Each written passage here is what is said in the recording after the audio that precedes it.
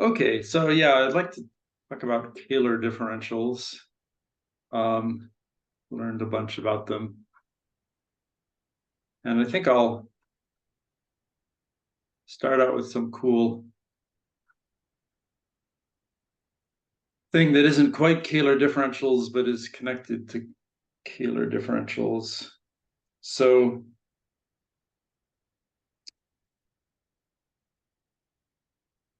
Kähler differentials have a universal property, but there's another kind of differentials. I don't think anyone calls them differentials.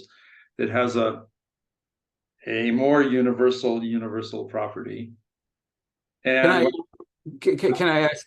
Is it good to ask it yet? Is it good to ask yet what category this universal property is going to? No, I'll say it. Yeah.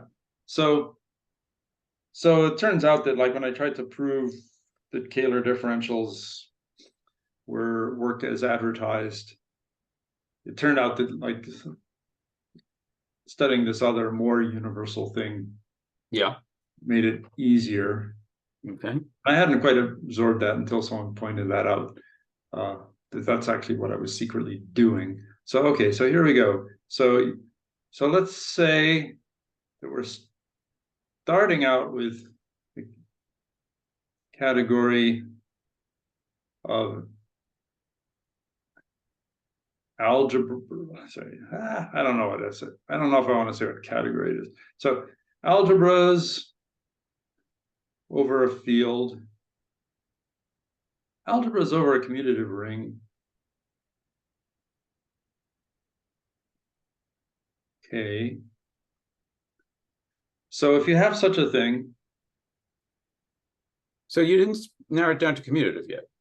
Yeah, so this more universal thing. Okay. Is not requiring commutativity. Okay. And even if you mainly care about the commutative situation, it seems like it's interesting. And I may wind up getting interested in the non-commutative situation because I'm interested in both separable commutative algebras, but also separable non-commutative algebras. So anyway, we'll see. So algebras over a commutative ring, yeah. So let A be such a thing. So then, so let M be any a bimodule. So it has a left and right action of A that get along with each other. So then in that situation, you can talk about a derivation. Derivation going from A to this bimodule M. This is sort of, in a way, a kind of minimal context for talking about a derivation. So what is it like? Well, you can probably guess what it's like. So it's linear with respect to scalars, where the scalars are guys in the commutative ring. Yes. Oh, great, thanks. Thanks so much. Sure. So it's linear with respect to scalars. But that's not the exciting part, of course. So, what's exciting is that it has the product rule, Leibniz law. And that's why we needed this derivation to take values in a bimodule, because if you write the product rule the sort of the good way, it involves both left and right multiplication by through our algebra. Okay, so that's a thing. That's a concept. Okay, yeah, but can I just think about it for a second? I won't think about it for too long. I'm just trying to orient myself here. Well, okay, I guess I shouldn't think about it too much because there's too many things to think about. So go ahead. So it turns out that there's a there's a universal Sure. derivation to a bimodule. I don't know what I want to call it. So we're like, that is not to a fixed bimodule, but to Yes. for A, for our algebra A.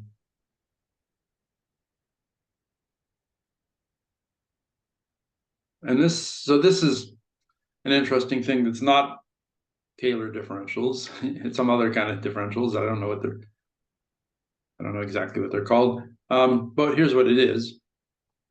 I'll maybe call it like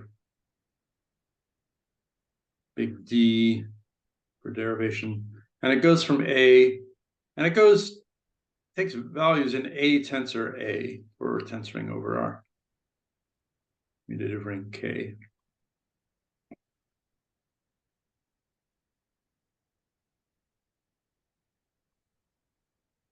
And there's a cute formula for what the derivation does. Sorry, did you leave out any words there? Let's see. There's a universal to that's an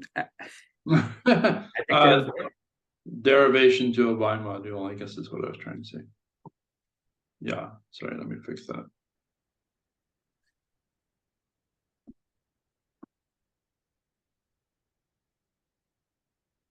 Well, I'll just say a universal derivation, but yeah, that's probably good enough. In this sense that we've described. So yeah, so I'm making A tensor A into a bimodule in the hopefully obvious way, where the left action of A multiplies guys in the left copy of A in this tensor product, and it multiplies them on the left, and the right action of A acts on guys in the right copy of A, and it acts on them by multiplying them on the right. I guess so what does this derivation do?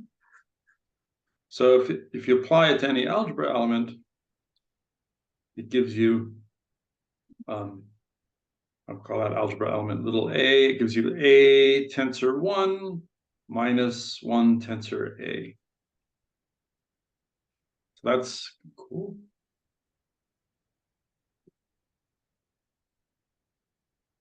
And let me just calculate out and show that that's really is a derivation. Can you also just flip back to the Yep. the previous? Okay, I just want to stare at that definition of a derivation and see if I can see in that definition that that I can sort of read off the universal thing from that. Let me think. So the derivation. So it's like you need elements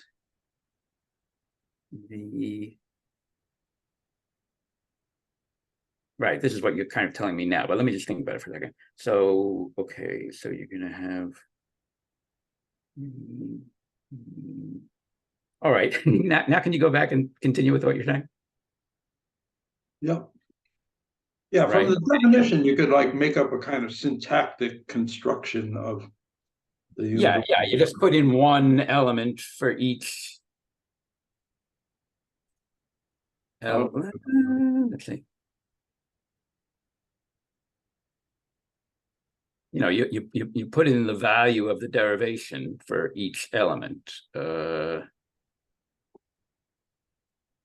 have to think about it, but yeah, you could do that, and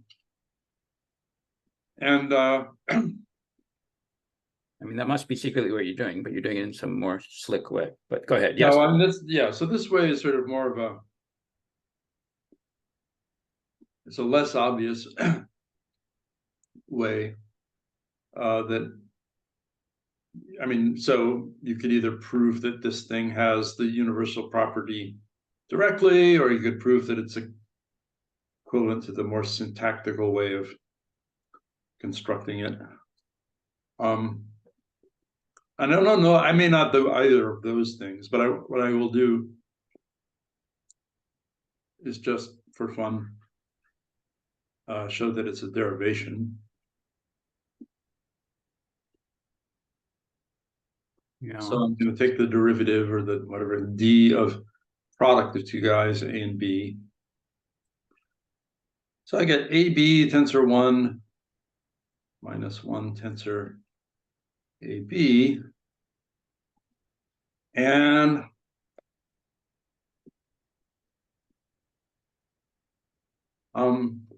you may remember when you prove the product rule for derivatives, the key trick is to add and subtract something. And so that's exactly what we do here. So we subtract a tensor b and then add a tensor b.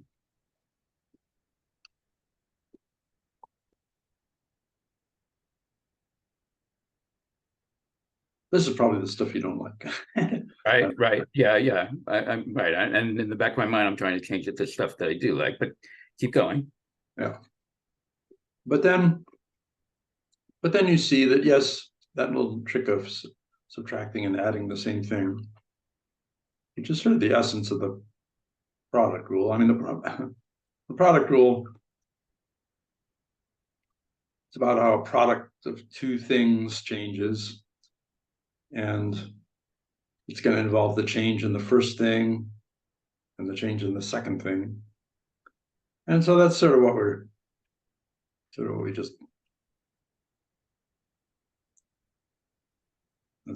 just did here. So this is the change in the second thing, the b, and then this is the change in the first thing, the a.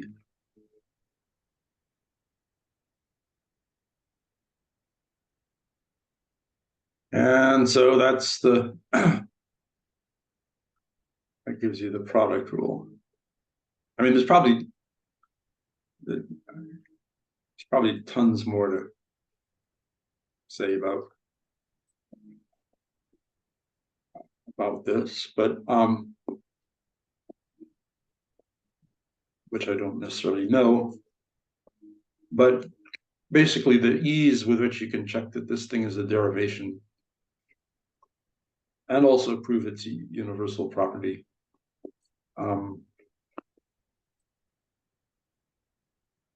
is easier than if you try to go straight to Kähler differentials, which have a more restricted universal property. And Kähler differentials, which I'll introduce next, will well, because they have a more restricted universal property, there'll be a map from this kind of thing to the Kähler differentials.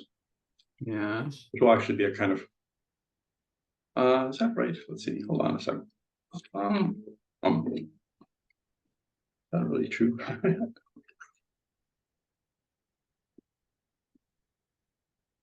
Yeah.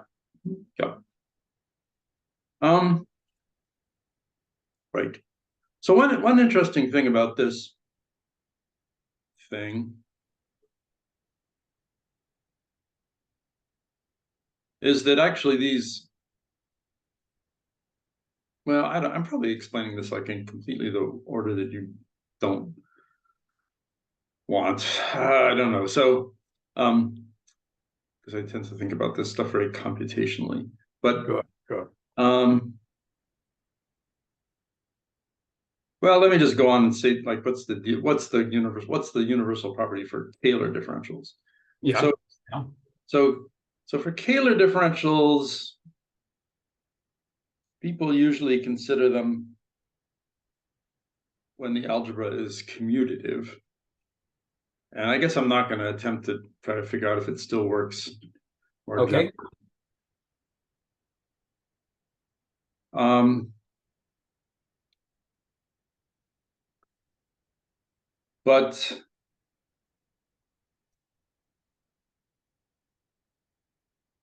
But there's but that's not all there is to it. There's another thing to it, which is that when you think about modules of commutative algebras, you can turn any left module into a right module just by having the left and right action be the same. And then it becomes a bimodule. Yes. So when you're dealing with commutative algebras, there is this class of bimodules that come from left modules. And not all, even in the commutative case, it's not true that all bimodules come from left modules in that way. So, Sure. So I'm now about to go down to the situation where I'm going to assume that our bimodule has, it's really just a left module that's been improved to a bimodule in this sort of standard way. But I can't really blame the commutativity of the algebra on doing that. The commutativity of the algebra allows me to do that, but it doesn't really force me to look at only those kind of bimodules. Yes. But I'm going to do that anyway. So I don't know what those. So if A is commutative and M is, I'll call it like a, I don't know what you call it, but I'll call it like a symmetric bimodule.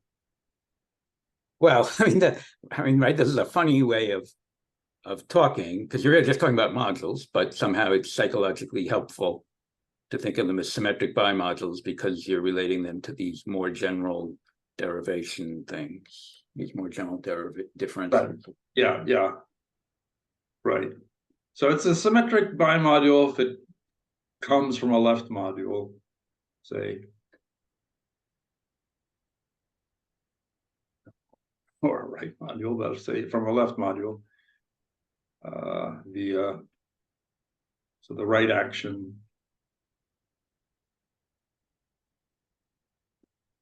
is just defined to be the same as the left action.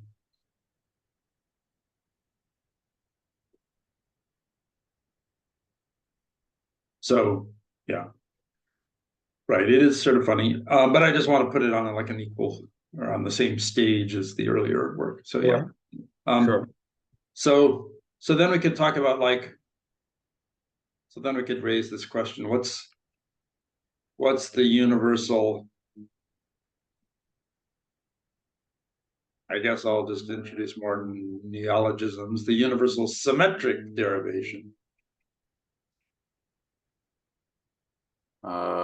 Which is a derivation to a symmetric bimodule. Okay.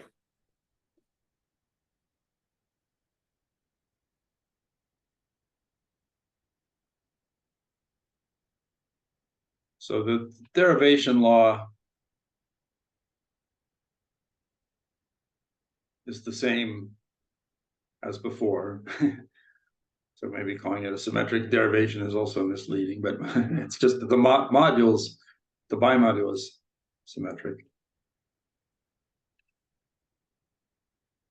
So like, anyway, I think you get it, but anyway, so when you have a symmetric derivation, you can write the product rule in either the sort of the way that we agreed was good, that had multiplication showing up on both sides in the two separate terms, or if you wanted to, since you're in a symmetric bimodule, you could write the product rule in this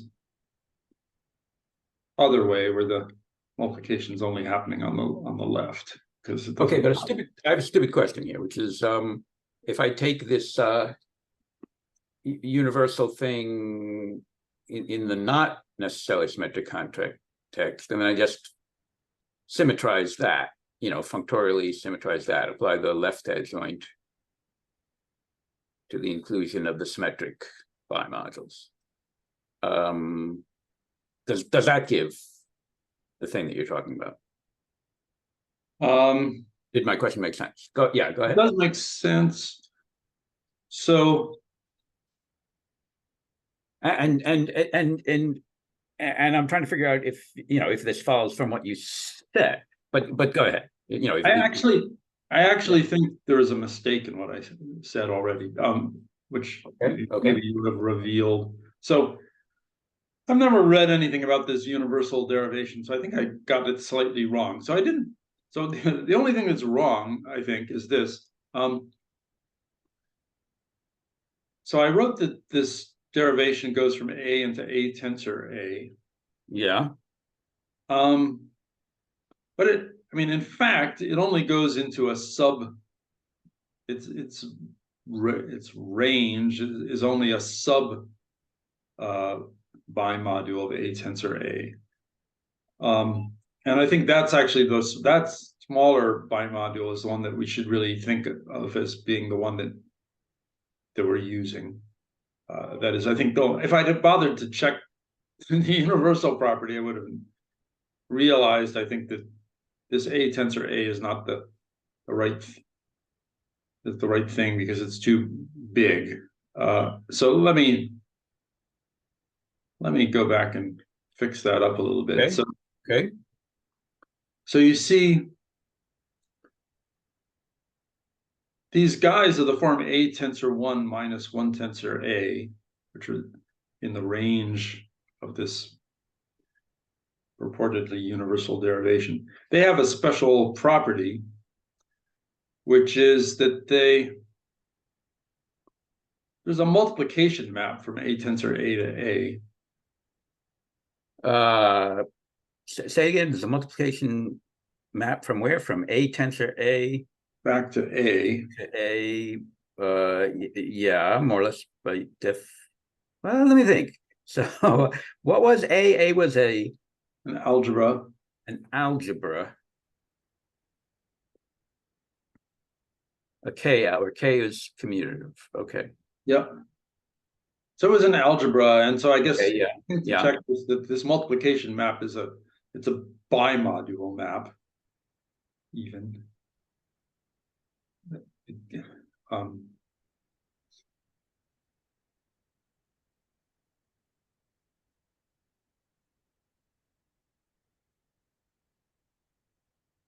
I mean, this all sounds right, but there are, traps that I sometimes fall into here. But go ahead, yeah.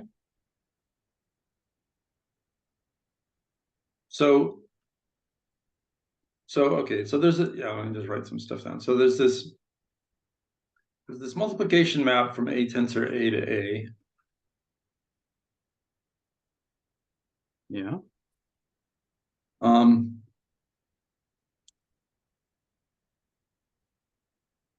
And these guys in A tensor A that were showing up as derivatives in this purported universal derivation, they're all in the kernel of that map. So those guys I was talking about are things like A tensor 1 minus 1 tensor A. So when you multiply those down and then subtract, you get 0. The kernel of multiplication.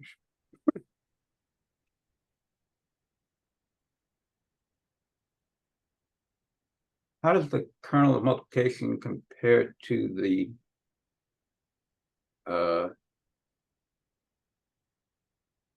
exterior square or something? Can you do the exterior square? I don't know if you can do the exterior square of a bimodule in algebra. Maybe in the commutative case you can. That makes me nervous. No, you're probably right. But still, I was thinking of something like that. Let's see. The kernel.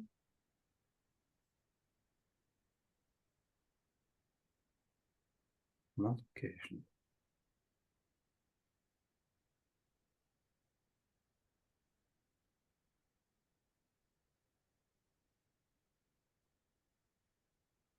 Kernel of multiplication. Well, okay. I mean, this is interesting. I'm a little bit disoriented, but keep going. Yeah. Well, I was making some mistakes too, so it's not helping. But anyway, it's actually good for me anyway. So, yeah. So when I said that when I said that this universal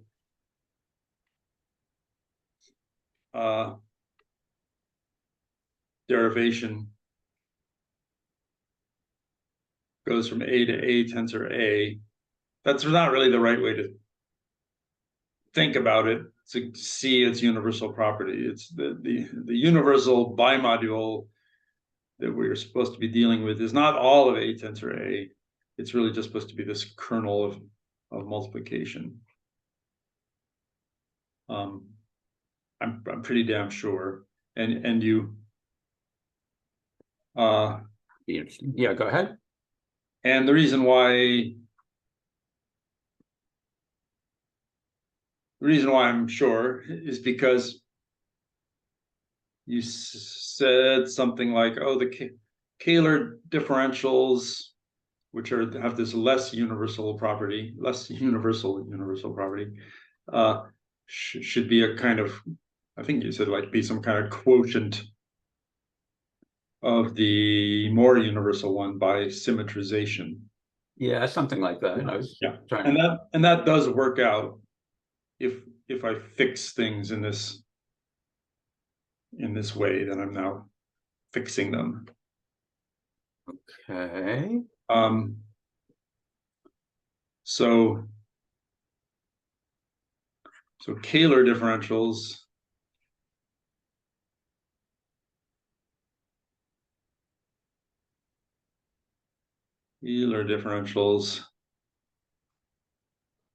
are going to be the universal symmetric derivation.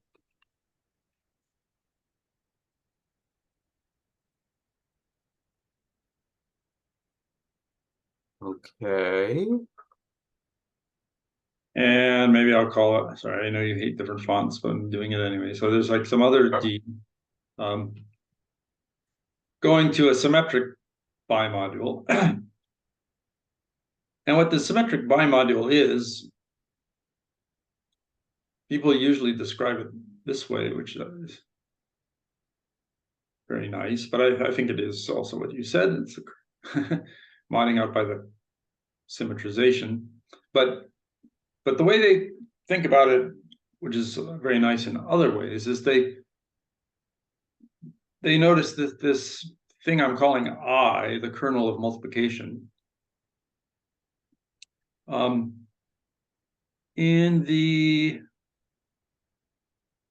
certainly in the commutative case,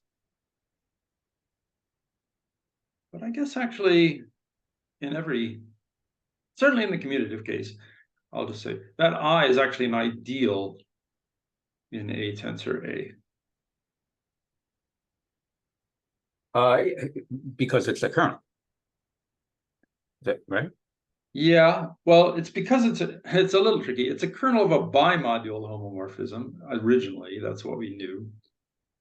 But in the commutative case, multiplication is also an algebra homomorphism. Yeah, but I mean, for commutative rings, you can define an ideal as a submodule. Right. Yeah. So that's, yep. So, right. That's another way to say it. Yeah. And another way to say it, though, is that I still insist another way to say it is that in the commutative case, this multiplication map is an algebra homomorphism. And so if you believe that okay, you don't like this, but if you believe that an ideal is a kernel of an algebra or like a ring homomorphism, then again, there's all sorts of different kinds of ideals, two-sided ideals and one-sided ideals. Right. Well, we're now in the commutative case, so we don't worry about that. Yes. Yeah. Right. That's why I'm only doing all this Kähler-y stuff in the commutative case. It would be fun to see how much of it slips by in the right non-commutative case, but I'm having enough trouble anyway. Sure. So the reason why I'm harping on it being an ideal, I being an ideal, is that then you can square an ideal and get a new ideal. And so the usual way people talk about Kähler differentials, one of the many usual ways, is they think of it as I mod I squared. Where I is what? I is Sorry, I've been, yes. I is that, yeah. I is this kernel that we've been talking about, which is now an ideal. Okay.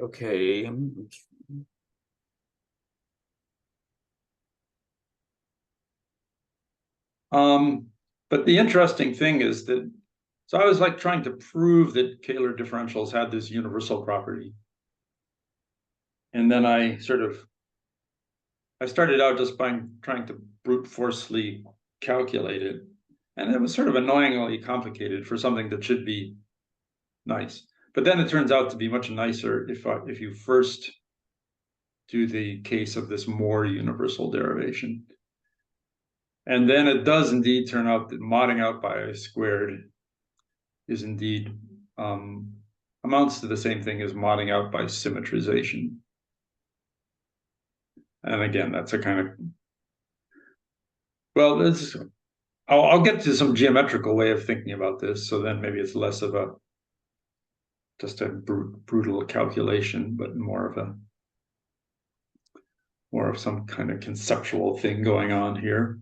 But yeah, I mean, this is all leaving me with the feeling that that like you're somehow doing a good job of making things that should be familiar to me seem unfamiliar, which is, in some ways that's good, in some ways it's bad. But go ahead, yeah. I mean, I'm very familiar with this like sort of syntactic construction of Kähler differentials, where you just like say there are things that look like derivatives of D of algebra elements, and then you make them obey the usual rules that you want. But it turns out that what I was trying to do was to see why it's true that a separable field extension is let me put it this well, that would be good to have this goal in mind. Yeah, so I may have cut off maybe I started in the wrong place. So my goal is to relate different concepts of separability. Let me just say the goal here. So yeah, I would like that. Okay, so here this is sounds like a good goal. So go ahead, yeah. So the idea is that these three things are the same thing. These are the same. So one of them is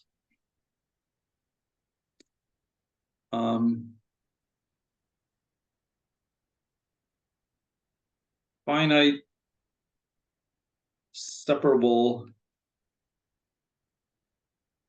extensions of a field K. So I don't know if you know all this jargon. Finite means that they're like I don't know it as well as I'm expected to know it, but so go ahead. Yes. So finite means finite dimensional over K. Right. Okay, that's fair enough. So I don't know why they can't be bothered to say finite dimensional, but they say finite. Okay. It's confusing when you're talking about finite fields. Sure. It's a completely different thing. So separable extensions. Well, actually, sorry. Is it? Yeah, I mean, I'm just joking, but isn't there a context there where like it actually gets easier because the finite dimensional ones really are finite ones? I don't know. Yeah, you could. That's true. Yeah, I guess over a finite field, the finite sized ones are the finite sized extensions are the same as the finite dimensional ones. Okay, so I would think there are people who like to exploit that, but go ahead. Yes. Okay, so maybe it's not confusing, but it's like more. No, it is confusing, but go ahead. I don't think you can ever prove to someone that something is not confusing. well, maybe by changing their mind about things. Yeah. So separable extension, that concept, that's a really important concept. So in the way they usually talk about Galois theory, and sort of all the definitions of it are a little bit annoying, except that I'm about to prove that these are like equivalent to other things that are less annoying. So Okay. So if you don't mind, maybe I just won't define them. Sure, I can look it up. Yes, sure. Yeah. So okay. Or I maybe I won't look it up. Maybe I'll just use these other definitions. Go ahead. Yeah. So right. so they're equivalent to one other thing here, which is finite extensions. I'll say like finite extensions of K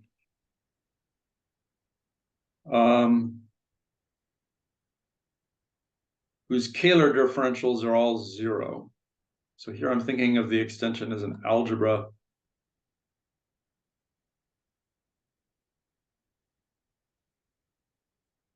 over K, commutative algebra over K. So we can talk about its Kähler differentials. So this I like because, well, I hadn't gotten around to explaining some stuff that you probably know already, which is that there's kind of a nice geometrical way of thinking about Kähler differentials and as being like one forms. And so a commutative algebra that has only vanishing Kähler differentials, it's a lot like an algebra on a 0-dimensional space. There are no non-zero one forms on this on the spectrum of this algebra. So this second concept anyway really appealed to me. So it's the same as the first one, which didn't appeal to me. Right. And then the third one is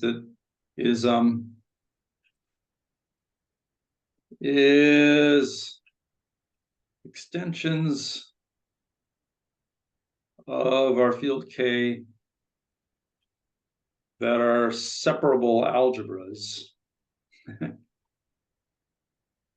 So here separable is getting used in a different way than in the first one. It's the concept of a separable algebra, which we have talked about. Remember, a separable algebra is an algebra that admits the structure of a special Frobenius algebra. Yes.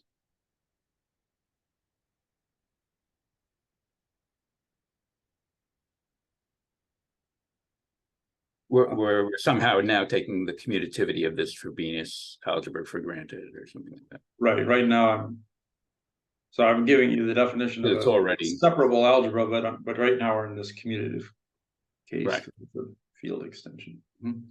Yeah, right. So that other one I liked. I just like it, I guess, because I like Frobenius algebras.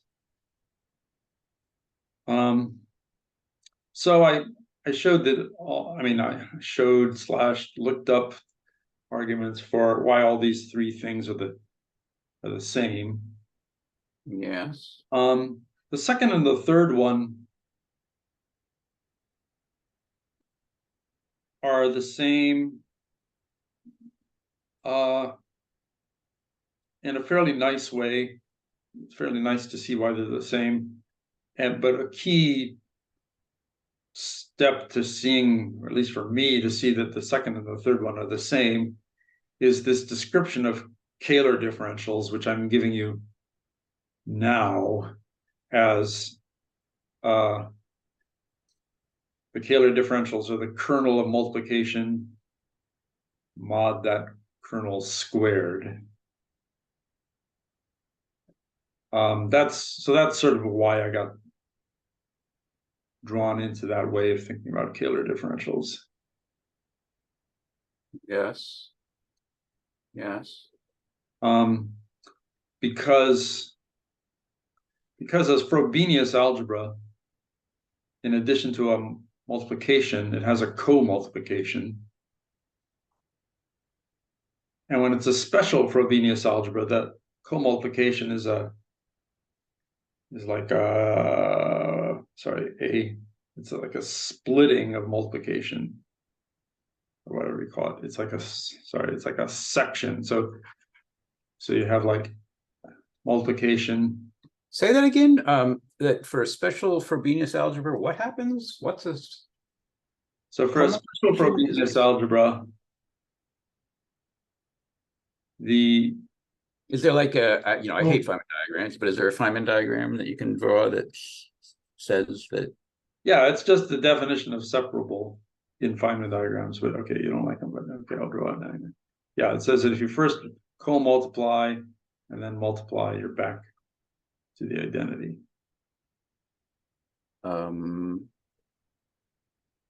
If you prefer commutative diagrams or whatever you call them. So yeah, what we're doing is we're saying that or maybe I should have said, I don't know, you call these string diagrams or Feynman diagrams? I don't know, whatever. People call them string diagrams, I guess, but whatever. Yeah. So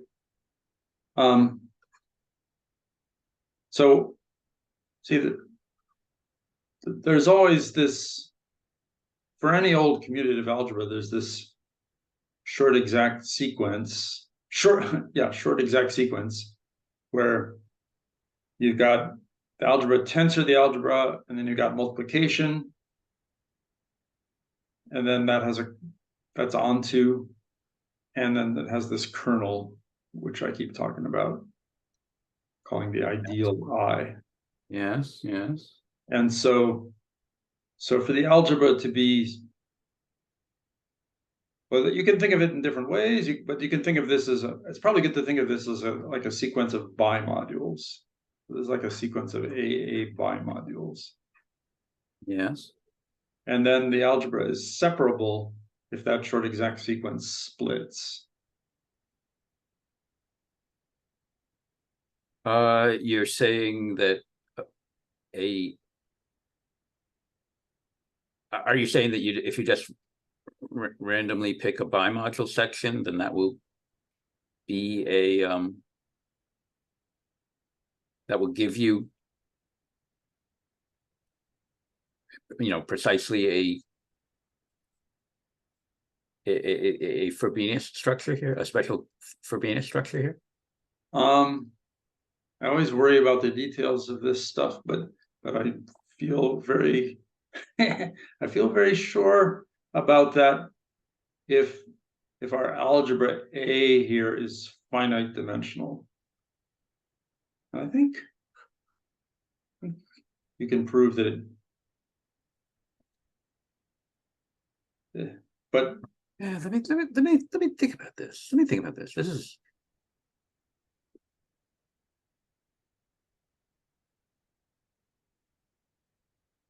because this seems interesting. Let me think. So let's see. So what are you saying? So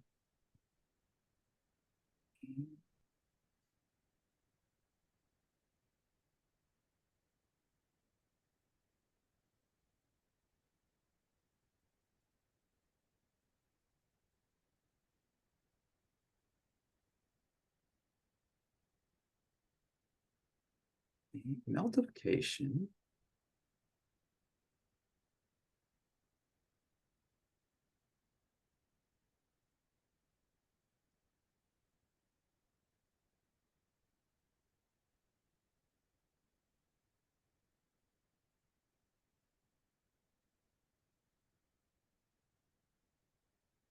mean, there's a lot of ideas here. I'm, you know, I really may need to go home and think about this, but I should probably stop pretty soon too, with this stuff.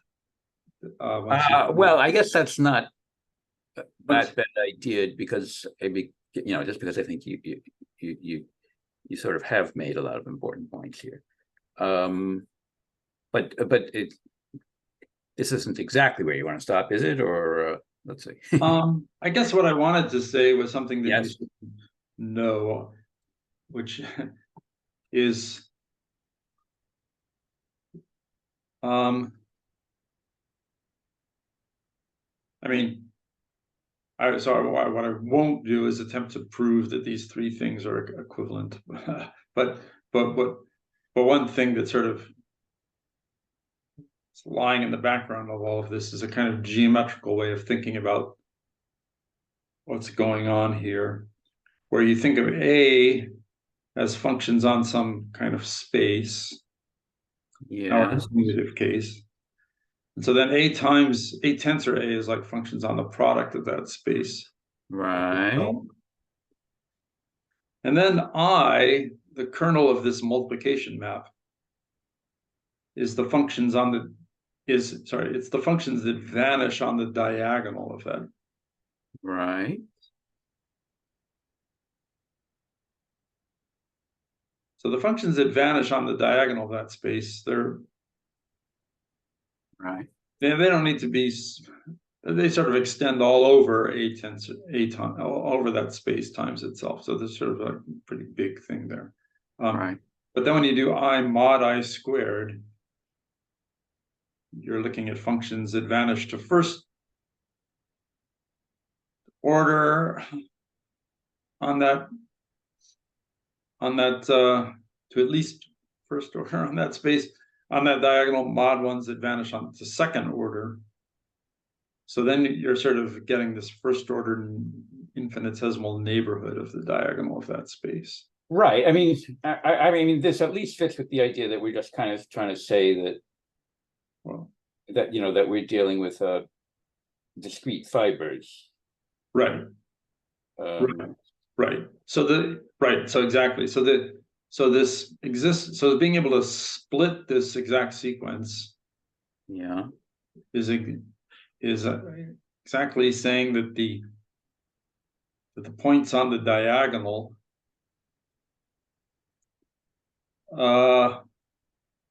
far enough apart from each other. Far enough apart from everything else.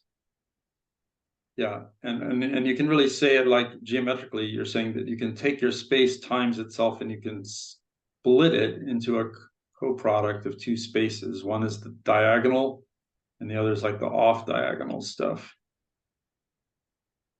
Okay.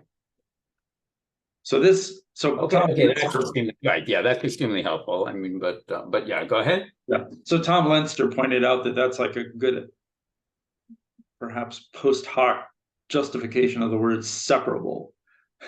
Yeah.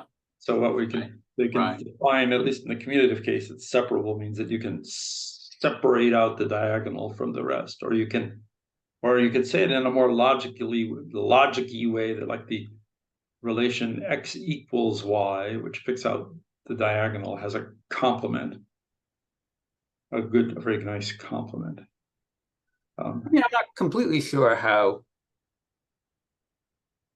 you know, ahistorical that is. You know, I don't know. I really don't know exactly why they called it separable when they first started calling these things separable. Well, I mean, it just reminds me of, you know, like separation properties in point set topology or something like that. Yeah. You know, the nature of the diagonal as a subspace. Yeah, I don't know if they were thinking about that when they made up separable field extensions or separable algebras. All right. Yeah. So, okay. There could be some really simple things going on here. But yeah, I mean, you know, I think you've given a lot of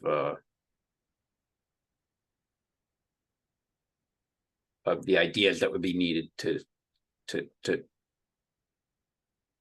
understand how that happens. Great. Well, anyway, if you come up with anything, I'd love to cure it. Yeah, I feel like Okay. So maybe this is a reasonable place to stop now. yep, it's fine. All right. Should I pause it? Yeah, maybe we'll Okay. uh you Yeah, know, I'll pause the I'll try to recording. say something in the second approximately half. Okay. Okay, so what I'm going to be talking about here is well, I mean, this is another attempt in a series of attempts. So this is somewhere in the middle of the series. It's better than previous attempts, but not really great yet. So this is an attempt at explaining the classification of Z mod 3 torsors over in this case it's going to be over the integers. And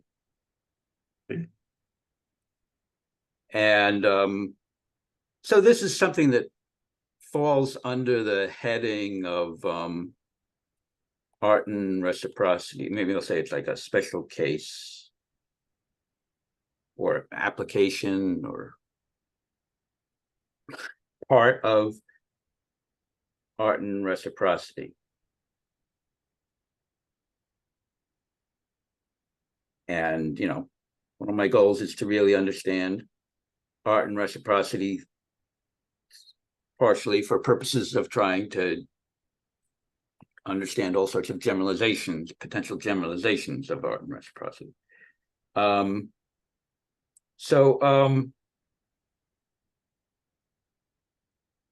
Yeah, right.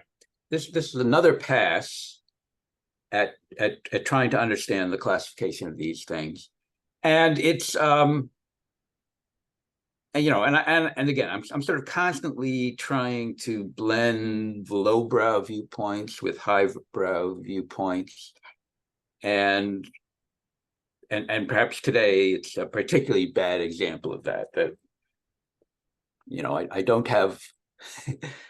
I'm probably saying a lot of lowbrow stuff, but it's really supposed to be aiming towards highbrow stuff. But, you know, who knows if you can see the highbrow ideas, and I'm using highbrow to mean good in some sense. Who knows to what extent we can see the real good highbrow ideas emerging from this picture. So, but you know, but I really appreciate using the lowbrow ideas as a crutch to help try to approach the highbrow ideas. So, right, and right, and somehow one of the guarantees of blending the highbrow with the lowbrow in this way is that it's going to be disorganized. So, you know, this is going to be disorganized, but let's try it. So,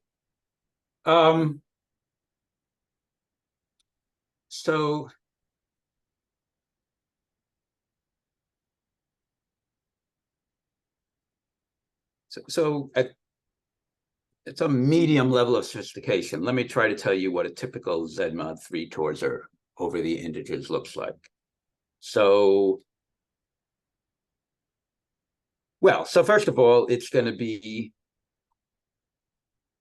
I guess, okay. So already I guess I'm changing my mind here, that I said over the integers, but maybe it's better to say at this point over the rationals. So let me just try to erase that here and rewrite it as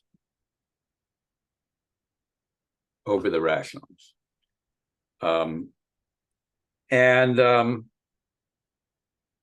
So what this is supposed to mean is that we're having an extension of the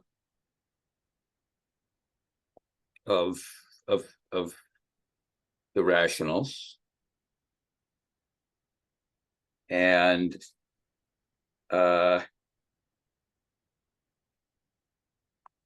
you know, it's supposed to be some sort of very nice extension, probably the kind that you were just talking about, finite dimensional separable extension or something like that. And it's going to have this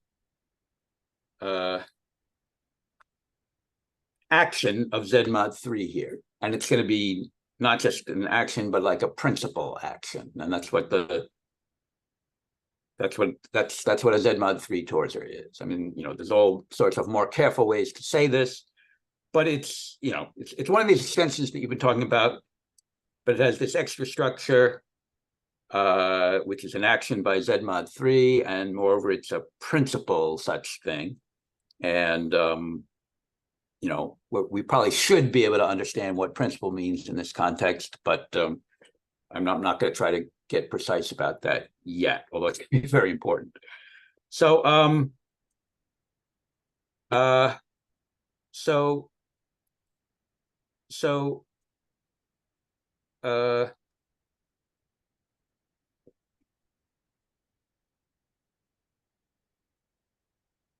I have a feeling I should give letter names to these arrows, but I can't really think of good letters yet. So let's proceed.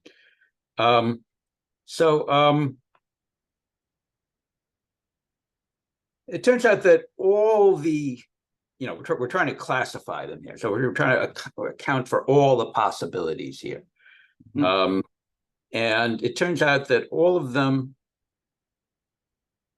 are of a particular, can be thought of as being, all of them can be put into a particular form. Sorry.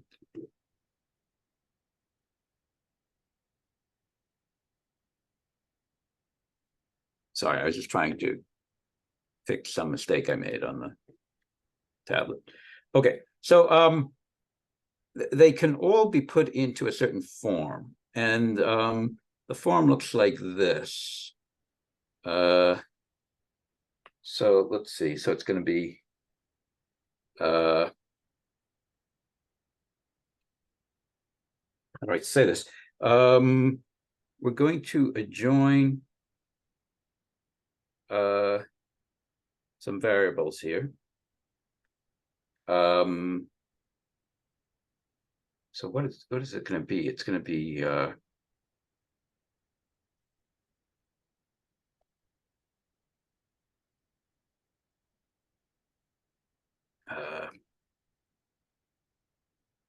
I guess I'll call it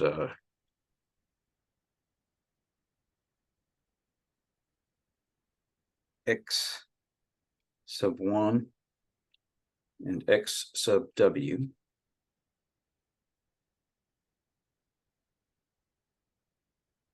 such that x1 plus x sub w times w, and formally the cube of that is equal to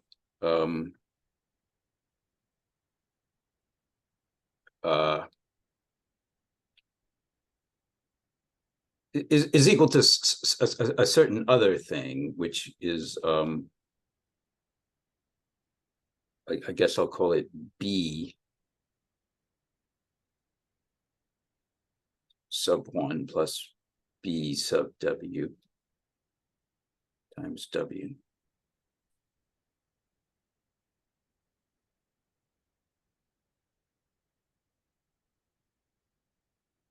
Well, and then there's going to be some other relations to add here. So I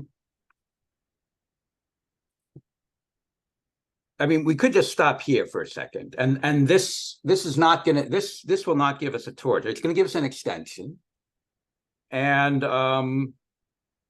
it will have some sort of thing here, but it's not going to be like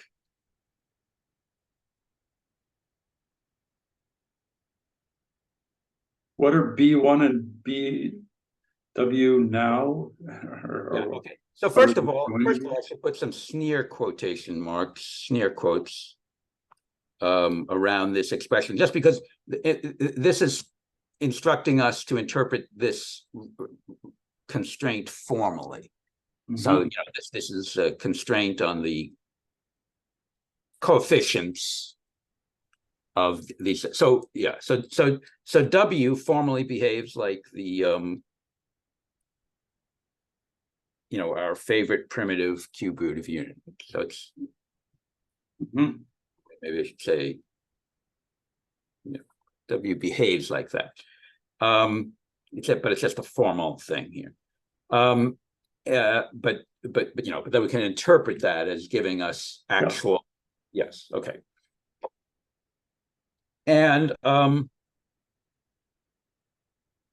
so I mean, what am I trying to say here? Well, okay. So yes, so B1 and BW are just some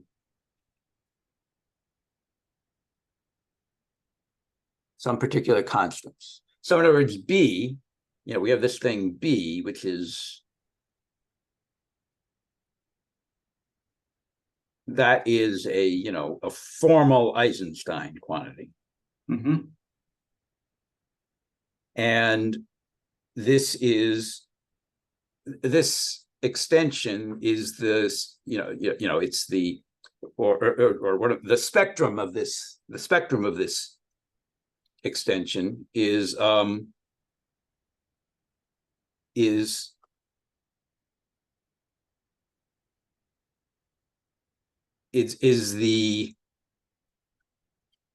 the variety of formal cube roots of this particular formal Eisenstein quantity. And I'm being a little bit ambiguous here about whether whether we're treating B itself as being a generic variable or whether we make it into a particular constant, because we shift back and forth between those 2 points of view. If it was particular, then B1 and BW would just be any rational. Yes. Okay. That's right. That's right. But for convenience sake, it will often turn out in the examples that B1 and BW are actually integers. That will be good enough to get all of the examples that we need.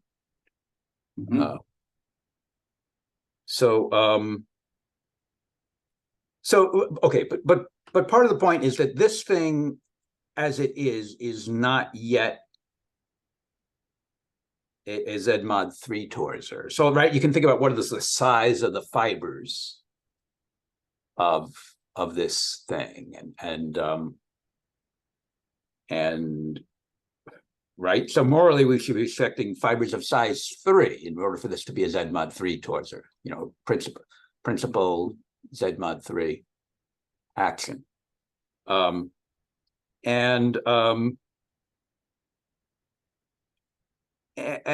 this is not giving us size 3 fibers. This is giving us size 9 fibers. And I sort of brought up this problem, this conceptual confusion that I had. I brought up this problem some weeks ago when I asked you about this. Like, in other words, I was basically asking, what is the extra property that we need to cut this down to the torsor that we want? And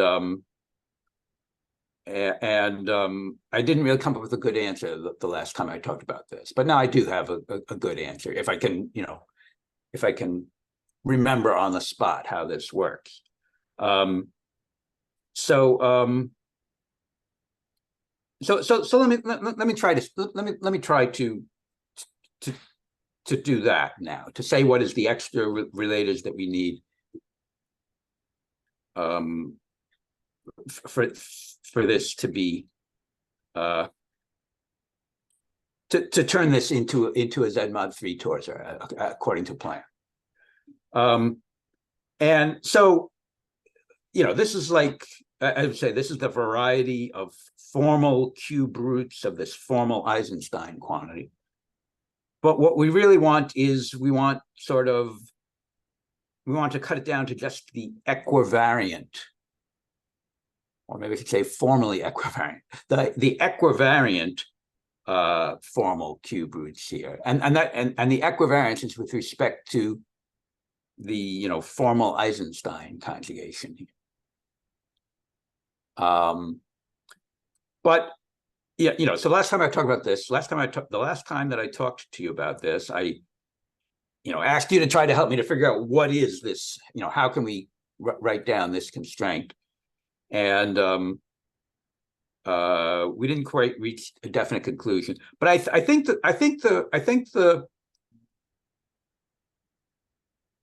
I know why I didn't succeed that time. And it's because it's because when we were talking about this, I remarked that there's this formal Eisenstein quantity B, and I had some example where there was some complicated expression for what B was supposed to be. But I said something like, well, don't really look at the details of what this particular quantity B is. Just treat it as a black box. Maybe B stands for black box or something like that. And I was really wrong about that.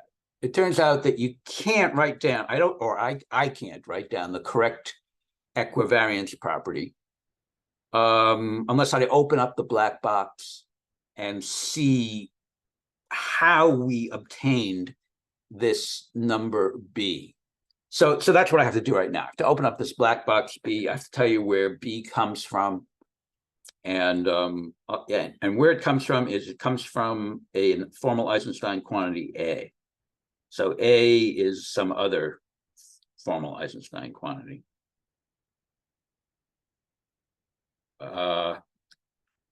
And I obtain B from A by saying B is equal to A squared times A bar, where A bar is the formal Eisenstein conjugate.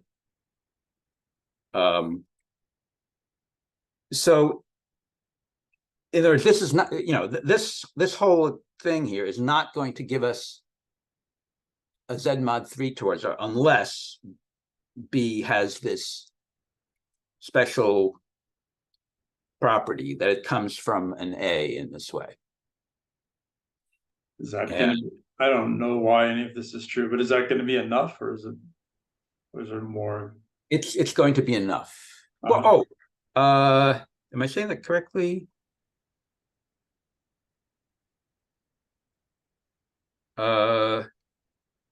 Yes, I think that's correct. I think that's, yes. I think, I mean, it depends on how precisely you ask the question, but I don't think you asked it that precisely. So yeah, this is in some sense necessary and sufficient that that we will get a Z mod 3 torus out of this. And so and again, there are really good conceptual reasons why we should demand this property of B, but I'm not sure I have anything very intelligent to say about that right at the moment. At the moment, we're trying to do it maybe without the deep conceptual understanding of why this is the right kind of B that we want to deal with. So so what are we trying to do here? So are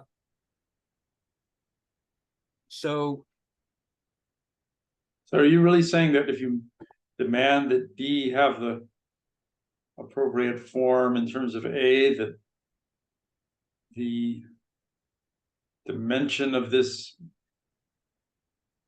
algebra over Q becomes 3 instead of 9? No, that's not what I'm saying. What I'm saying is that when B arises from A in this way, it enables us to write down an involution of this 9-dimensional thing, such that the fixed points will be a 3-dimensional thing, and it will be the correct 3-dimensional thing. So the fixed points of this involution, that's what I'm calling the equivariant formal cube roots. So let me see if I can get this to work. So what's the idea? The idea is that well,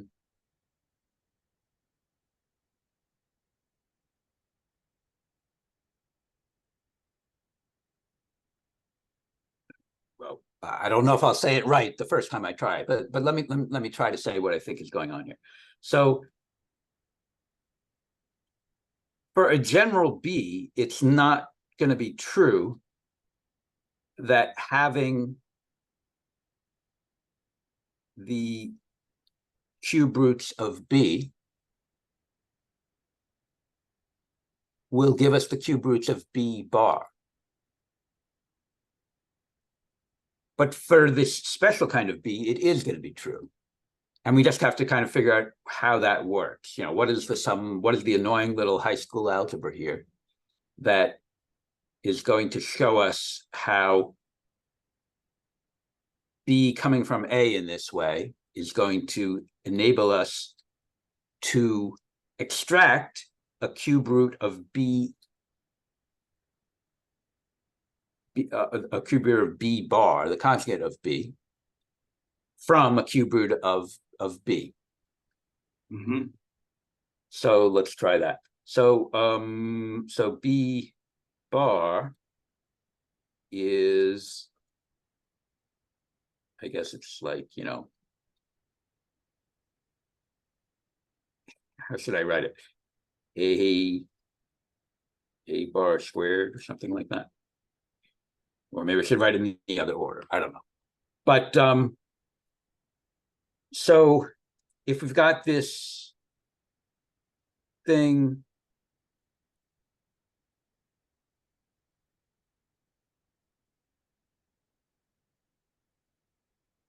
yeah, if we've got this, I hope I'm doing this right. X cubed, if we have this cube root of B, then we're going to try to figure out how to extract this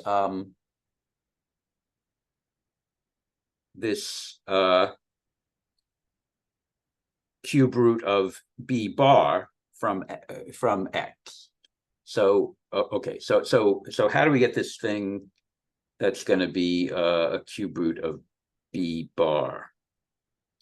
I have a feeling you can probably figure it out better than I can, but let me see if I can figure out how this is going to work. So what's the idea here? So A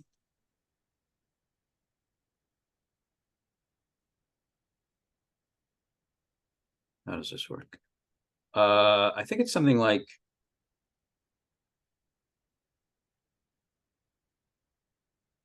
how do I say this?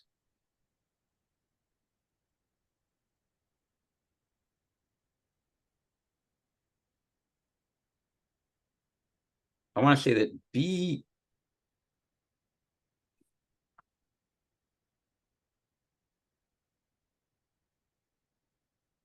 how does this work? How does this work?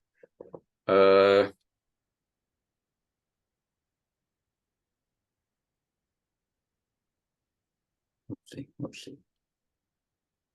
I mean, there's a certain property that B has because it came from A in this way. And that property is that B squared times B bar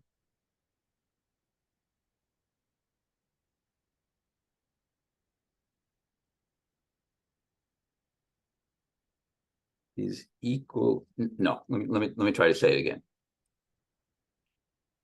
I want to say that B squared is equal to B bar. Hold on just a second. Sure, go ahead. I don't know what time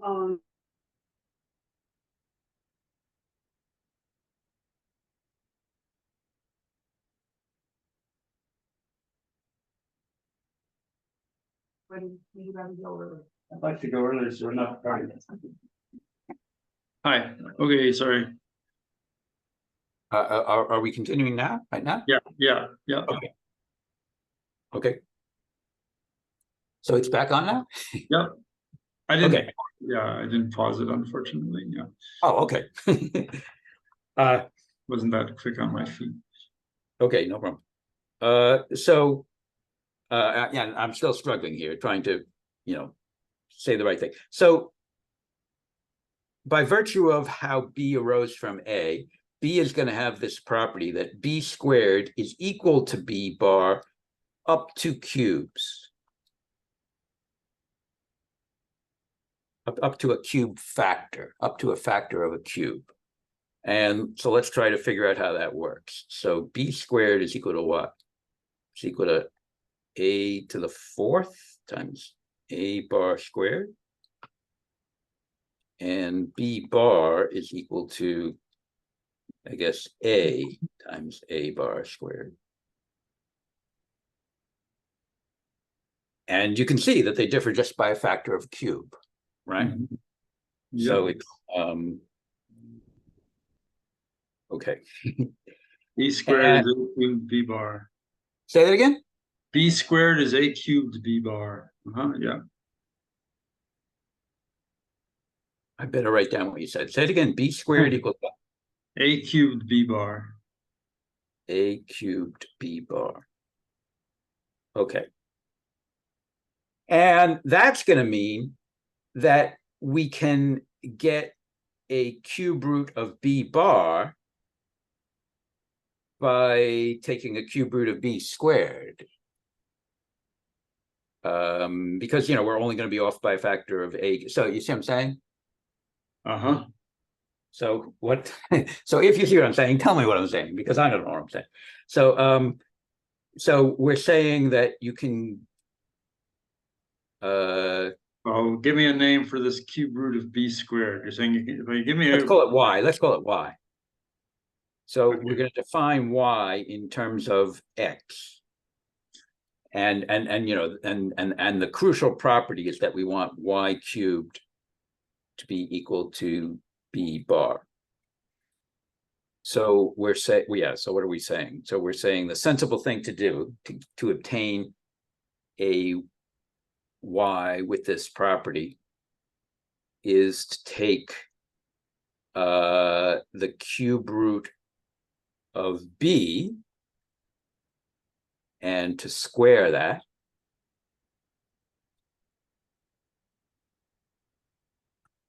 And then what? And then multiply times A or something? Which side gets multiplied times A? Am I multiplying by A or am I dividing by A? Or am I doing it correctly at all? You should just write down the formulas. so I'm trying. okay, so you said X cubed equals B, right? Yes. So then if you square that, you get X to the sixth equals B squared. Write that down. Let me write that down. I should write it all down in one place, but I'm writing everything all over the place. Let me just find my cursor here. At least you have infinite amount of papers. Yeah, at least that's right. X, say it again, X. X Well, to the X sixth cubed is equals B B, squared. so X to the X cubed squared equals B squared. Is that what you said? Yeah. Which equals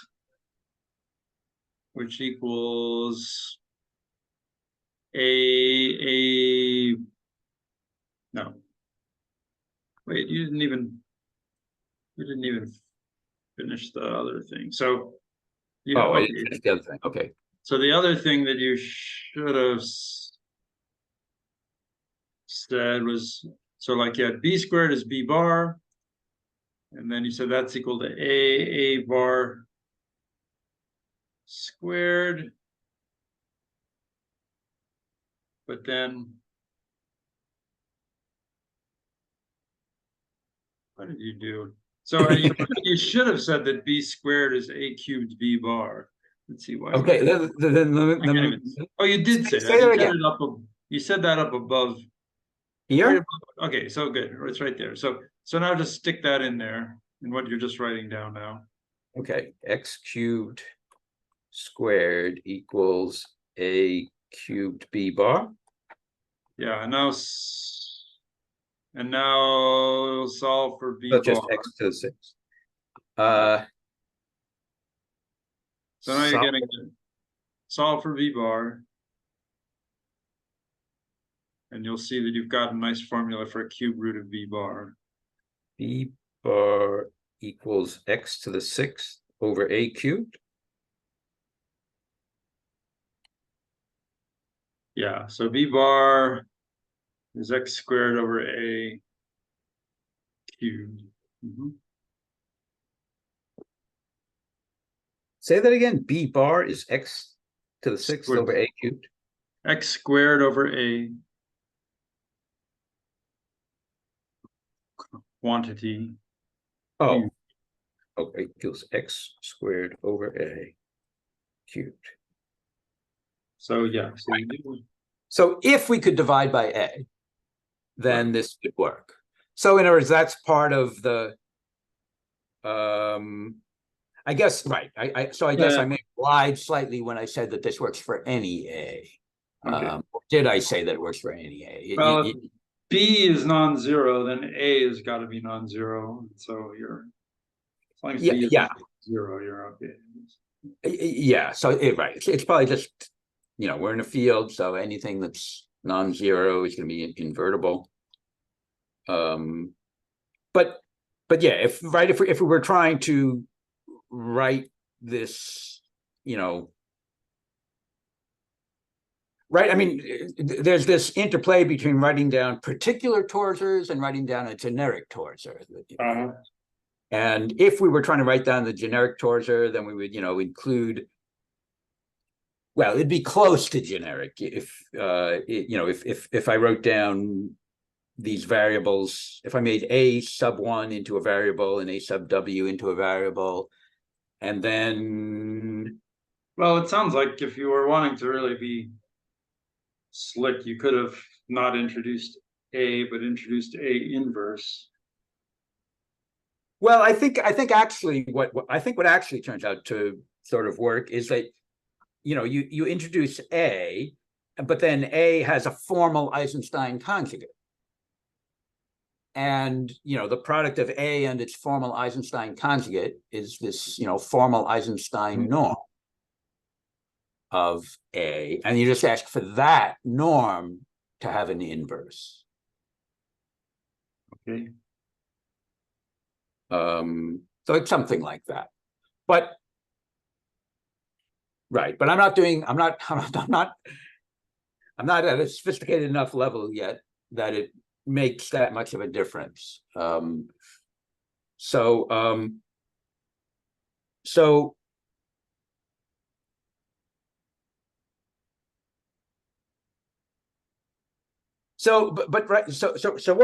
I'm claiming is that if we add this extra invariance property that we've essentially just formulated, I'm claiming that we've just essentially formulated an invariance property, and we can express that by saying what? So what are we trying to say?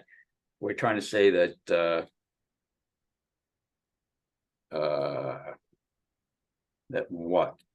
that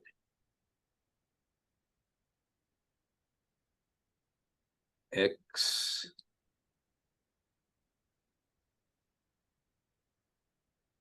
I want to say that the conjugate of x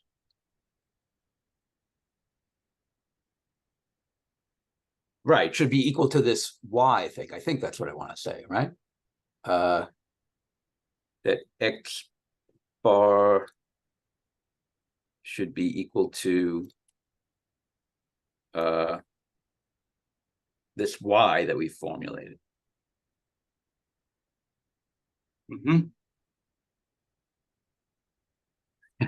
And I'll just allow myself to just write that in quotation marks, that, you know, which is supposed to mean that we know how to interpret that according to the high school algebra that I've just been struggling with here. So this is the thing that I'm claiming is, when we do this right, that this is the Z mod 3 torsor. Okay. So it's you know, like it's this which is what I'm calling the equivariant formal cube roots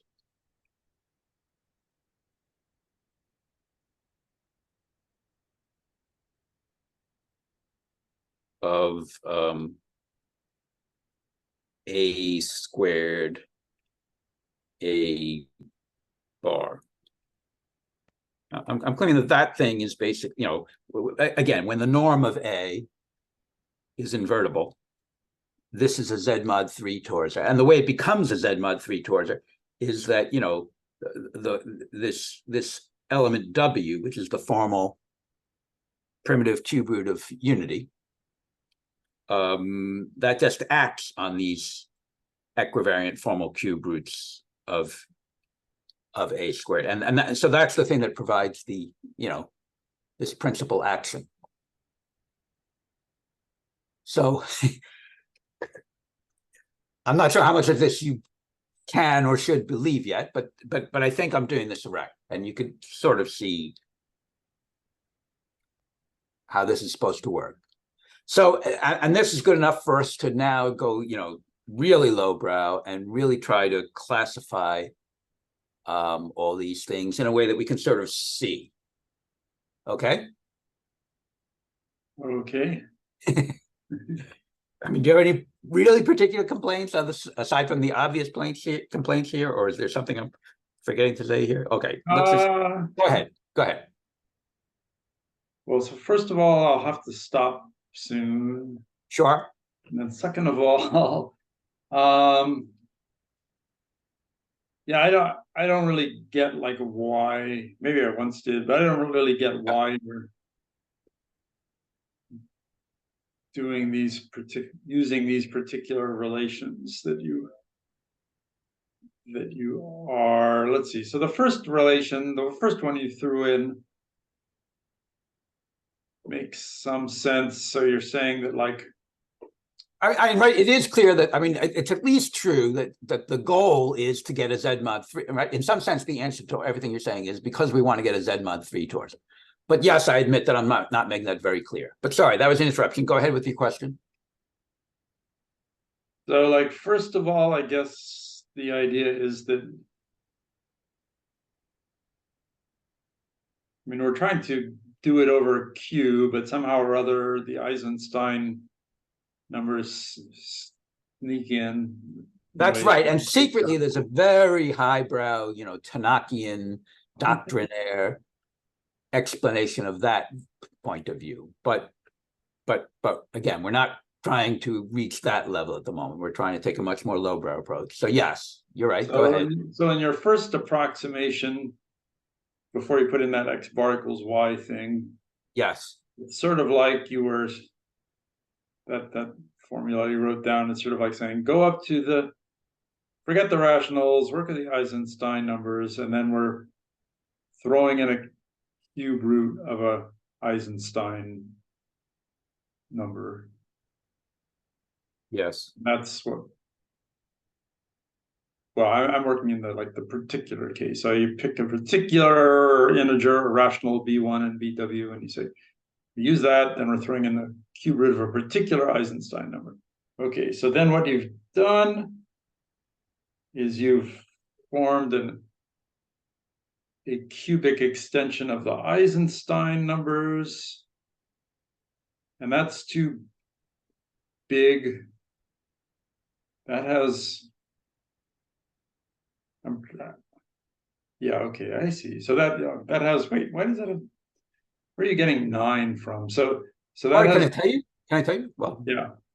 So, right, the you know, the good conceptual way to understand this is to exploit, you know, Grothendieck's Galois theory, which, you know, says, you have to remember what the fundamental theorem of you know, Grothendieck's the fundamental theorem of Grothendieck's Galois theory. What does it say? It says that this category of these special commutative Frobenius algebras is, if you know, possibly with some fine print, and I'm not sure how well I'm stating it, but that it's equivalent to this category of group actions.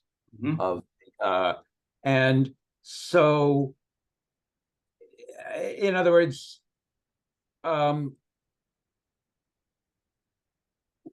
what we're really doing here, I mean, this is this is so much like the first half of this discussion where you were trying to explain everything to me, but I'm not sure I can do a good job of showing you that it is that we're now just doing everything that you were trying to explain to me. But what am I trying to say? That it's like we're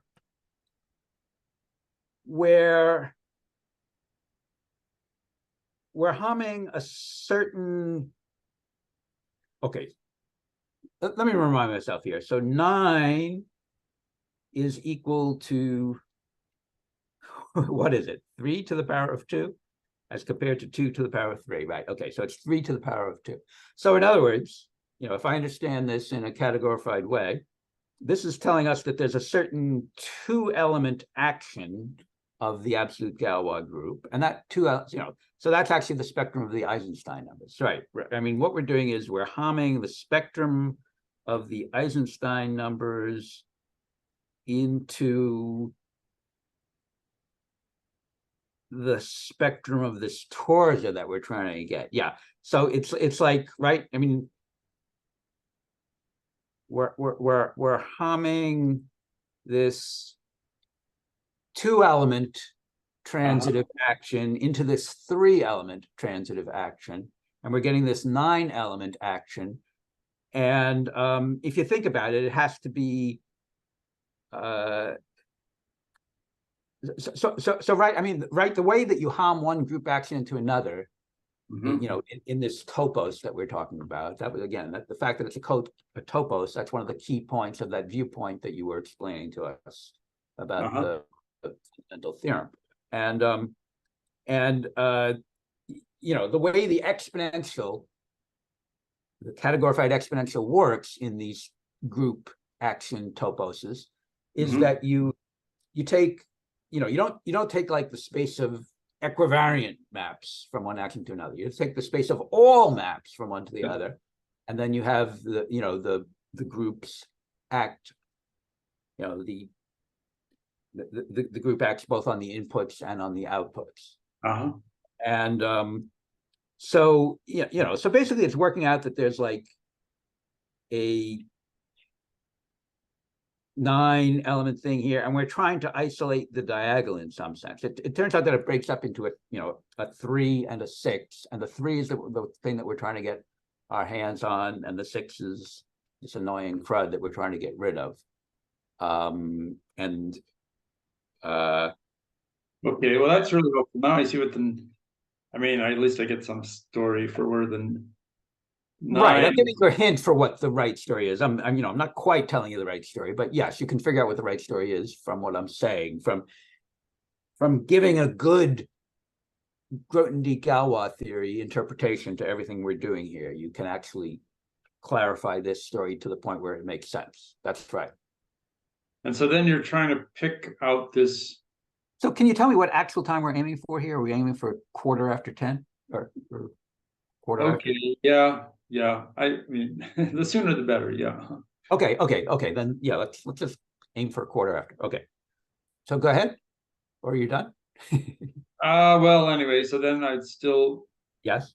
Now I have some story about like what the first approximation is doing, how it's giving you this 9-dimensional algebra, and then I can see that you got to do something or other to get down to the 3-dimensional one, and I don't claim to really understand why you're doing the particular thing you're doing. It sounded like what you really wanted to do was just to march ahead and then do stuff with this. Well, right now, yes, right? But we are reaching a pretend punchline because we're going to quit very soon, so it doesn't matter that much how we handle this. So one punchline would be if you could like explain to me what, in a similar level of abstract vagueness, what the x bar equals y thing is doing. Well, I mean, I tried to say that already. What I'm trying to say is, can we just accept for now that all of that ugly high school algebra was just to try to make sure that we're getting a Z mod 3 torsor out of this? Mhm. And if you think concretely about what that means that, you know, it has a lot to do with, what am I trying to say, that we're dealing with cubic polynomials, but we're dealing with, I guess you call them abelian cubic polynomials or something like that. So that, you know, the part of the group, the 6-element group 3 bang that's acting is really just the cyclic subgroup, the 3-element cyclic subgroup inside of it. And if you analyze everything that we're doing here, you can see why we're doing that. I mean, so that's what I'm trying to pretend we understand at this point. Okay. Mhm. All right. So yeah. So you know, we're just going to be able to give a little bit of a hint about how this is going to go. So let me see if I can draw some pictures here to give some indication of how this is going to go. So first of all, the really horrible thing is that I'm trying to draw some pictures of the Eisenstein integers here, and I have Gaussian graph paper. So that's a tragedy. So so let me try to pretend to draw Eisenstein stuff by, you know, I'll just draw it like this. I'll pretend that these are equilateral triangles in this picture now. Right? You can accept that, right? Yeah, sure. Okay.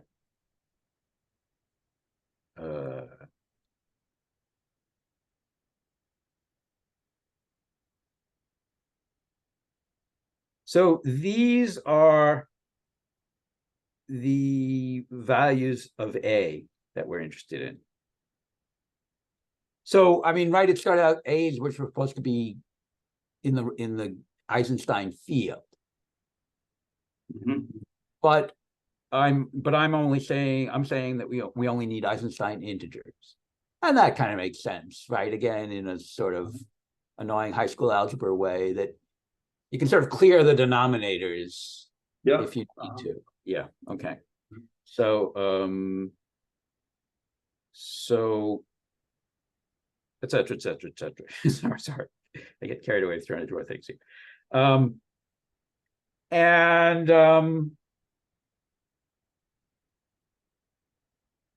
So okay. Let me draw another version of this picture. I'm going to draw the norms. So the norms look something like this. These are the norms of all the Eisenstein integers.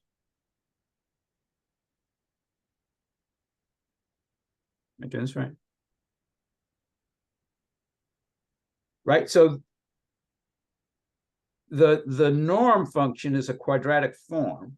That's not right. The norm function is a quadratic form on the integer lattice of the Eisenstein field.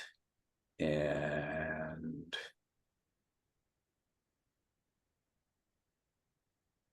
so if you think about what quadratic form this is, I guess it's like, you know, maybe we should call it x squared minus xy plus y squared or something like that. And so